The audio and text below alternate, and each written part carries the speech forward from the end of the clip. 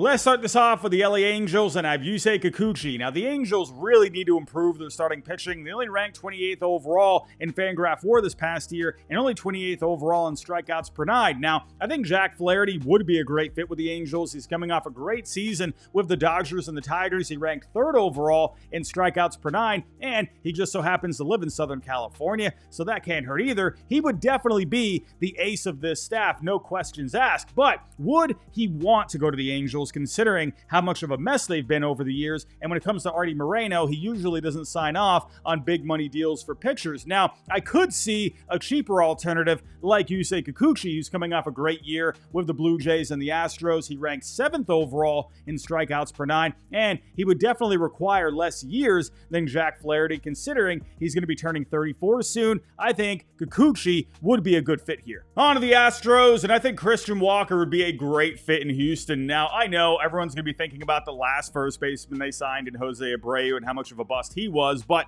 with Walker, I think he would be a bit different. He's been very consistent over the last few years. He brings a good clubhouse presence, and he would give the Astros a boost in offense, especially if Alex Bregman ends up elsewhere. On to the A's, and I think Alex Verdugo could be a good fit here. I think the A's could be a surprise contender in the next season or two because of a good young core of players coming up, but they could use a guy out in left field. Now, with Verdugo, he is coming off a bad year, but because of that, he will be cheap, which I think the A's will like, and he does make a lot of contact while providing good defense, something the A's could use. The Blue Jays are looking to make upgrades any way they can, and considering they only ranked 26th in home runs this past year, even with a good season from Vlad Jr., they could use another power bat to give them a bit more thump in the middle of the order. Anthony Santander hit 44 home runs this year, and he would give the Blue Jays a much-needed formidable bat. The Braves probably aren't bringing back Max Fried because they usually don't dabble in the big money free agents, but I could see them looking at a proven postseason performer in Nathan Eovaldi. He's been very solid over the last couple of years with the Rangers, helped them win a World Series back in 2023, and he would improve the Braves' already very good starting rotation as they gear up for another postseason run. The Brewers have a lot of young players right now, but a veteran like Whit Merrifield, who can play multiple positions, I think would bring some stability to Milwaukee. The Cardinals are looking to cut some payroll this offseason and add more to their farm system, but I think a one-year prove-it deal for Matthew Boyd could make some sense. Now, he was solid in a small sample size for the Guardians this year, also pitched in the postseason, and if he pitches well in the first half for the Cardinals, you can move him at the deadline and bring in some prospects. The Cubs bullpen wasn't so hot this year, ranking 20th overall in Fangraph wins above replacement for relief pitching, and it looks like their young righty, Porter Hodge, is going to be getting the majority of save opportunities in 2025, but a high-leverage arm like Tanner Scott wouldn't just provide good insurance, but would also give the Cubs bullpen another much-needed lefty. Speaking of bullpens, the Diamondbacks struggled with theirs in the first half this year before Justin Martinez emerged and they traded for A.J. Puck, but I think a veteran like David Robertson, who's been very solid over the last few years, would provide some stability at the back end of the bullpen, and he would provide some good insurance in case Martinez or Puck struggle. The Dodgers don't usually spend big on position players, minus Freddie Freeman a few years ago and Shohei Ohtani last offseason, but Ohtani is a unicorn, and they never even made an offer to Trey Turner before he went to the Phillies a couple of years ago. However, someone like Adames, who will be pricey but less expensive than Turner, I think would make a lot of sense for the Dodgers. Now, John Heyman did report recently that Gavin Lux could be on the trade block, giving an opening for Mookie Betts to slide back into second base, and Adames could be your shortstop. Now, it's been reported the Giants are looking to cut some payroll this offseason, but with Snell coming off the books and Fried probably going to be cheaper, I think he would be a good replacement in the rotation. The Giants have a good infield defense, and with Fried, who gets a lot of ground balls, I think would fit well. On to the Guardians, and I think they should just bring back Shane Bieber. He had to get Tommy John at the beginning of the year, but he's been rehabbing with the Guardians over the last several months. I say just go back to the Guardians on a one-year deal, finish your rehab with them, and then go back out into the market next offseason. The Mariners' offense struggled last year, having both a hard time with the strikeouts and getting on base. However, one intriguing option flying under the radar is Ha-Seong Kim out of the KBO. Now, he doesn't have a lot of power, but he makes a ton of contact, he rarely strikes out, and he brings some speed along with it, and he's also a good defender at second base, can play some shortstop as well. Now, the Mariners didn't exercise Jorge Polanco's club option, and I think Kim would be a great fit here. If not Kim, maybe someone like Gleyber Torres, who looked a lot better as a leadoff hitter this past year in the second half with the Yankees. The Marlins aren't going to be competing anytime soon, and they still need to trade off a few guys like Sandy Alcantara, Jesus Luzardo, and Jake Berger to finish off their fire sale, but why not sign someone like Yohan Moncada? He's had a ton of injuries over the last few years, but he did play in the Premier 12 international tournament this fall. Now, Miami would be a low-pressure situation for him to help him get his career back on track, and if he's playing well, the Marlins can just add him to their fire sale and get some more prospects. The next one is easy. The Mets need Juan Soto. They have a lot of flexibility already under the CBT. They have money for days. Steve Cohen is willing to do what it takes to land a superstar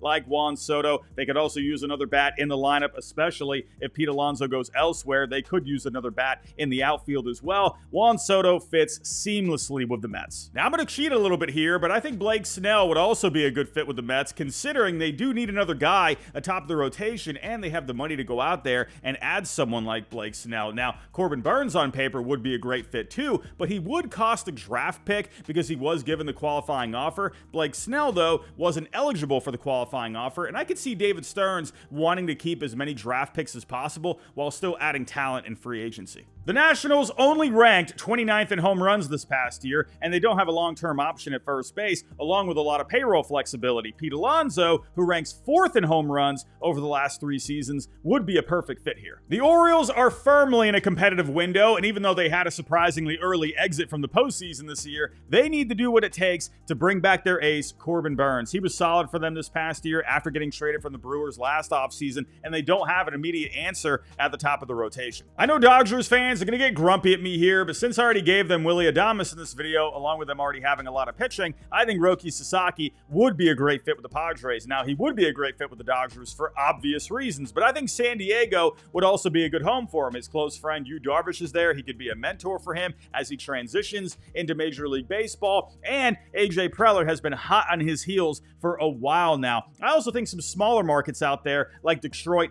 or Tampa, who've developed some great pitching over the last couple of years, would be a great home as well, and they wouldn't have the media distraction that would come along with LA. The Pirates have some good pitching, but they desperately need a bat. Now, I would love to pick a guy like Tyler O'Neill or even someone like Anthony Santander here, but owner Bob Nutting refuses to actually spend money on the team. Now, a cheaper option out there is Paul Goldschmidt. He would fill a need at first base, and he's probably not going to be all that expensive. Now, he is coming off the worst year of his career, but he still hit over 20 home runs, and he did have some pretty good batted ball metrics. I see the Phillies being more active in the trade market, but in free agency, I think they should just hang on to Jeff Hoffman. He's been excellent over the last couple of years, so I say keep him in the fold and maybe even make him your closer. Speaking of closers, I think the Rangers should hang on to theirs in Kirby Yates. Now, it took him a few years to get back to being one of the top closers in the game, and after coming off one of the best seasons of his career in Texas, I say, why fix what's not broke? Stay with the Rangers, stay in that bullpen that sorely needs arms. The Rays' lefty bats struggled against right-handed pitching this year, but Michael Conforto just had a pretty good year, hitting 14 of his 20 home runs against righties, and he flashed some pretty good advanced metrics while playing at a pitcher-friendly park in San Francisco.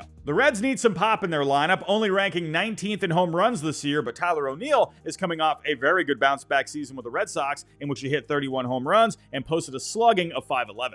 Speaking of the Red Sox, I think Teoscar Hernandez would be a perfect fit in Boston. He was negotiating with the Red Sox last offseason before taking a 1-year bet-on-yourself deal with the Dodgers. Ended up having a fantastic year. Now, the Red Sox really need some right-handed bats in the lineup. He's always hit well at Fenway Park. I think he would be a perfect fit. The Rockies always struggle to find good pitching out there, but one veteran who could give you some innings is Ross Stripling. Now, the ERA was high at a 6.01, but the FIP was at a 3.89. He doesn't give up a lot of hard hit contact, which could play well at Coors. He doesn't walk a lot of guys. Why not the Rockies? The Royals could use a jolt in the offense as their lineup was up and down this year, and they could definitely use an upgrade offensively in the outfield. And why not Jerickson Profar? He's coming off a career year at 32 years old, and because he lacks the track record, I don't think he's going to get a massive contract out there, which I think will play into the Royals' favor. Now, they have been spending a bit going back to last offseason, but I could see something like a 3-year deal, maybe in the $50 to $60 million range for Profar, and I think the Royals would play ball for that. The Tigers ran with what was called the chaos pitching staff this year, but in 2025, I think they're going to need to bring some more stability to the rotation, and a workhorse like Sean Manaea, I think, would be a great fit. He reworked his mechanics this year, along with the pitch mix, ended up having a great year with the Mets, ERA at a 3.47, FIP at a 3.83. He would bring some much-needed stability behind Tarik Skubal. Minus Carlos Correa, the Twins aren't usually big spenders in free agency, but they could use another lefty in the bullpen, so why not flamethrower Aroldis Chapman? They already got a lot of velocity at the back end of the bullpen, and Yohan Duran. Why not add some more with Chapman? For the White Sox, I got Frankie Montas. Now, there's not much going for the White Sox these days, and they're probably going to be trading Garrett Crochet this offseason, so they're going to need some starting pitching, and why not a guy like Frankie Montas who's still trying to get his career back on track? He missed a lot of time with shoulder issues not too long ago, but he came back this year, made 30 starts, 150 innings. Now, he was pretty up and down for the most part, but why not latch on with a team like the White Sox, a low-pressure environment, get the career back on track even more, and if he's pitching well, the White Sox can deal him at the deadline and get some prospects. And last but not least, let's talk about the Yankees, and since I have Juan Soto going to the Mets in this video, the Yankees are going to have to make up for that loss in a big way. Now, they won't be able to replace Soto with just one player. They're going to have to attack it with multiple players. Now, hopefully, a full and healthy season from Jason Dominguez can help with that, and I think someone like Alex Bregman can help as well. Now, Jazz Chisholm was playing a lot of third base for the Yankees this year after getting traded there from the Marlins, but he's more of a better fit at second base or center field. DJ LeMahieu, at this point, with all the injuries he's been having, he's going to be a better fit at first base and DH. So I think they're going to need to fill the hole at third base. They got some other guys like Oswald Peraza, Oswaldo Cabrera, but I think a proven performer like Alex Bregman would be a great fit with the Yankees. But everyone, that's all I got for this video. Tell me your thoughts down below in the comments. What are some other good fits that you see in free agency this year? Let me know down below. But that's all I got for right now. If you can on the way out, hit that like button for me, subscribe if you're new, and I'll talk to you next time.